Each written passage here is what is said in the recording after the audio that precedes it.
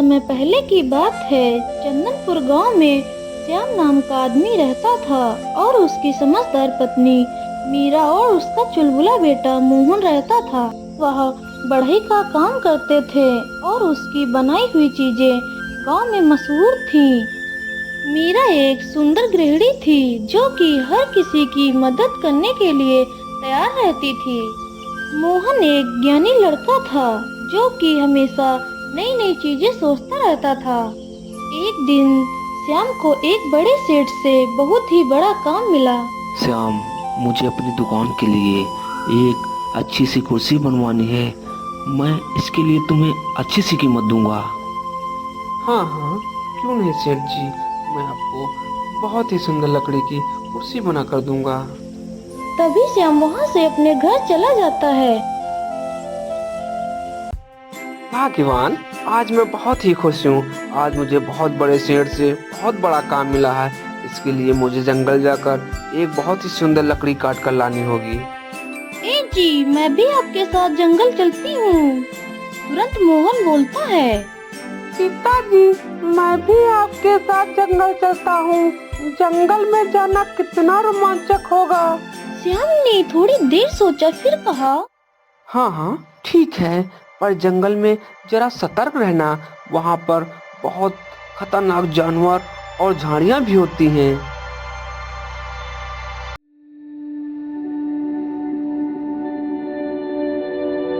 अगले दिन वह तीनों जंगल की तरफ निकल जाते हैं। जंगल में पहुंचकर वह तीनों इधर उधर देखने लगते हैं। फिर उनको एक बहुत ही सुंदर पेड़ दिखाई देता है। तभी श्याम अपनी पत्नी मीरा से कहता है।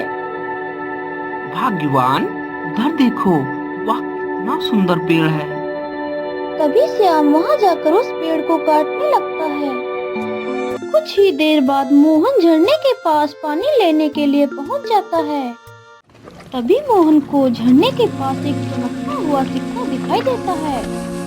तभी मोहन उस सिक्के को उठा लेता है और अपने माता पिता के पास दौड़ते हुए चला जाता है। पिताजी, ये देखो, मुझे झरने के पास से एक सोने का सिक्का मिला है। श्याम और मीरा सिक्के को देखकर चौंक जाते हैं। तभी मीरा मोहन से कहती है, अरे बेटा, यह सिक्का किसका है और यह तुम्हें कहाँ से मिला? ए जी, मुझे ये सिक्का वहीं पर रख देना चाहिए। किसी और की चीज रखना सही नहीं होगा। लेकिन मोहन सिक्के को लेकर बहुत ही खुश था। पिताजी, ये सिक्का हमने पाया है और इस सिक्के पर सिर्फ हमारा हक है। श्याम, जो चीज हमारी नहीं है उस पर अपना हक जताना गलत होगा। मोहन जानता था कि उसके माता पिता कभी गलत नहीं कहते हैं, परंतु मोहन की समझ में नहीं आ रहा था। तभी पास वाले पेड़ के पास से एक बूढ़ी माँ आ रही थी और उसकी चमकती हुई आंखें उसे बहुत ही खास बनाती थी। और बूढ़ी माँ ने फिर बोला, बेटा, क्या तुमने यहाँ कोई सिक्का पाया है?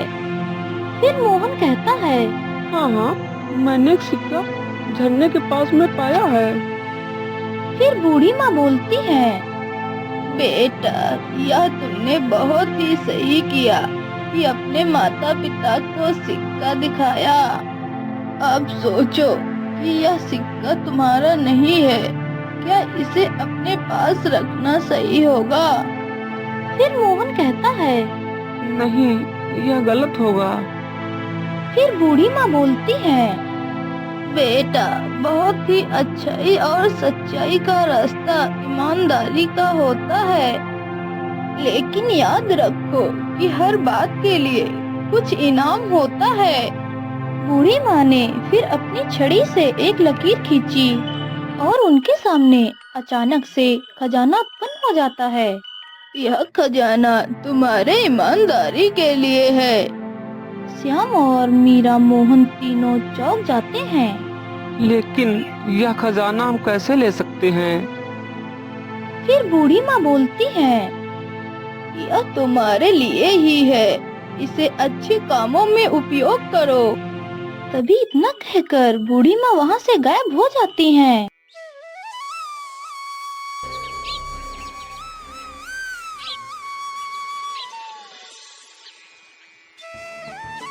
श्याम और मीरा खजाने का उपयोग अच्छे कामों के लिए करते हैं और गांव में स्कूल बनवाते हैं जहां बच्चे फ्री में पढ़ सकते हैं और एक अस्पताल बनवाया जहां की मुफ्त में इलाज हो सकता